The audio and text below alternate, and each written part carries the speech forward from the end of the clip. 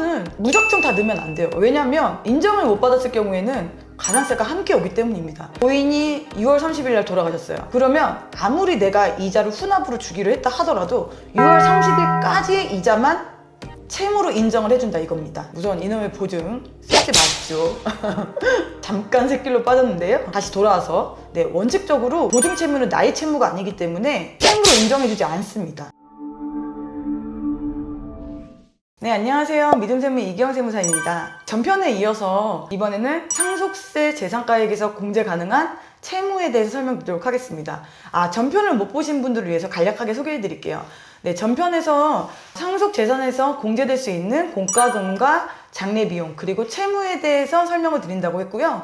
거기서 1편에서 공과금과 장례비용에 대해서 설명을 드렸고 지금 2편에서는 채무에 대해서 설명을 드리려고 합니다. 채무의 정의는 뭐 다들 너무 잘 아시니까 그냥 넘어가겠습니다. 채무는요, 정의가 중요한 게 아니고 할 말이 너무 많아요.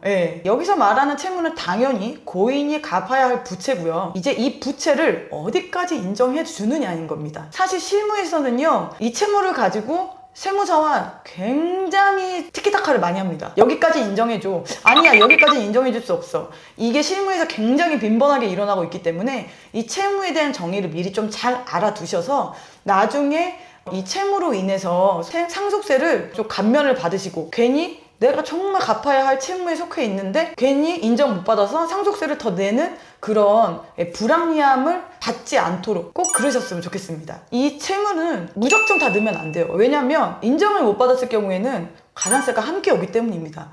그래서 저 같은 경우는 사실 어설픈 채무는 그냥 다 빼버립니다. 자, 그럼 내용을 하나하나씩 설명을 드릴게요. 우선 채무의 범위입니다. 국가나 금융기관에서 확인 가능한 채무는요, 당연히 인정해줍니다. 대신 그 채무를 확인할 수 있는 서류는 소명 때 반드시 제출하셔야 합니다. 그리고 첫 번째 외의 채무의 경우에는요, 뭐 4인 간의 채무가 되겠죠. 이런 경우는 당연히 계약서라든가 채권자 확인서, 담보 설정 및 이자 지급에 관한 증빙 등 이런 것들로 사실이 확인이 돼야지만 채무로 인정을 해줍니다. 두 번째, 입증 책임입니다. 당연히 상속인들한테 있습니다. 세 번째, 채무는요, 사실 정의가 중요한 게 아니라 실제 사례가 중요해서요, 사례별로 되는지 안 되는지에 대해서 제가 몇 가지를 설명을 드리고 마무리를 짓는 걸로 하겠습니다. 첫 번째입니다.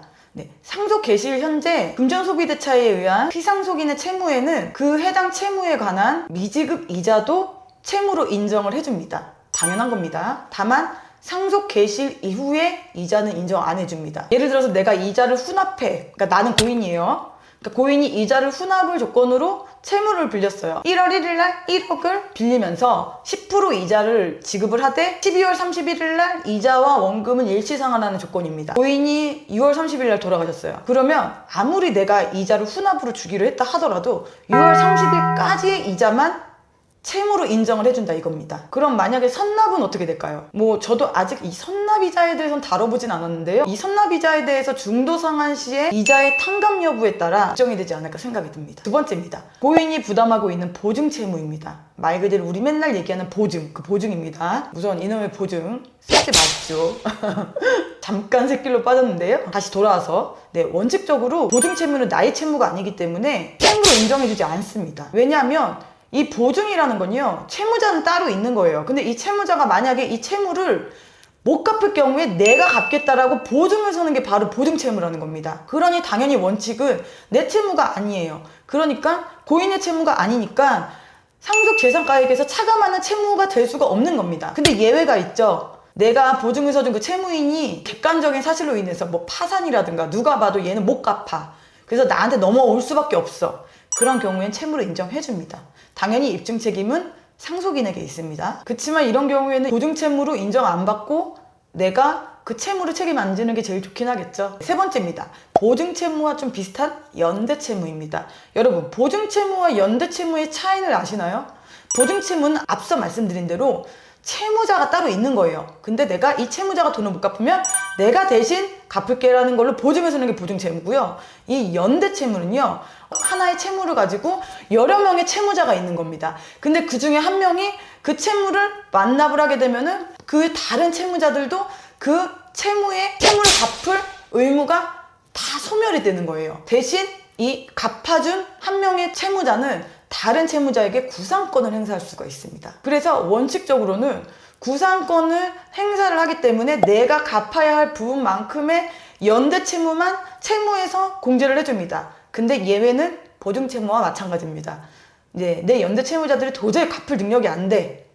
이거는 내가 구상권 행사해봤자 얄짤 없어. 그러면 얘도 채무로 인정해주겠다는 얘기입니다. 네 번째, 임대보증금입니다. 뭐 이건 당연한 거라. 당연히 고인이 임대인이고 임차인이 준 임대보증금이면 당연히 채무에 포함이 되죠. 근데 아주 간혹 이 부동산 소유자와 권리를 행사하는 자가 다른 경우가 있습니다. 여러분, 전세권이라고 아시나요? 우리가 흔히 말하는 그냥 그 전세 들었다 이 전세가 아니고요. 말 그대로 이 부동산을 통으로 빌려서 전세권을 설정하고 전대차를 하는 경우도 꽤 있어요. 이런 경우에는 그 보증금을 실질적으로 누가 귀속되느냐에 따라서 채무의 여부가 결정이 되겠죠.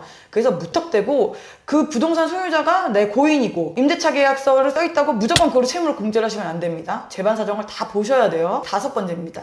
얘도 뭐 당연합니다. 사업과 관련된 채무입니다. 고인이 사업을 했는데 채무를 남겨놓고 돌아가셨으면 당연히 얘는 채무세 인정해줍니다. 입증은 당연히 해야 되는 거고요. 반대로 채권이 남아있으면 걔는 당연히 또 상속재산에서 가산이 되겠죠. 네, 6번째입니다. 네, 상속개 시전 10년 또는 5년 이내에 발생한 증여채무는 채무로 보지 않습니다. 당연합니다. 이거 그냥 외우세요. 그리고 증여채무를 이행하는 도중 사망하는 경우도 그 증여재산은 상속재산에 가산합니다. 만일 피상속인이 상속개 시일 전 5년 전 상속인이 아닌 자에게 지은 증여채무 또는 피상속인이 상속 개시일 전 10년 전에 상속인에게 지은 증여채무로서 상속인이 실제로 부담해야 하는 사실이 확인되는 경우에는 당해 증여채무는 상속재산에서 차감해줍니다. 말 그대로 10년 또는 5년 이내는 불인정, 그 전은 인정이란 얘기입니다. 네, 7번째입니다. 회사의 대표이사가 고인일 경우에 가지급금은 상속재산에서 차감되는 부채에 해당되는지 여부는 사실적으로 판단하는 겁니다.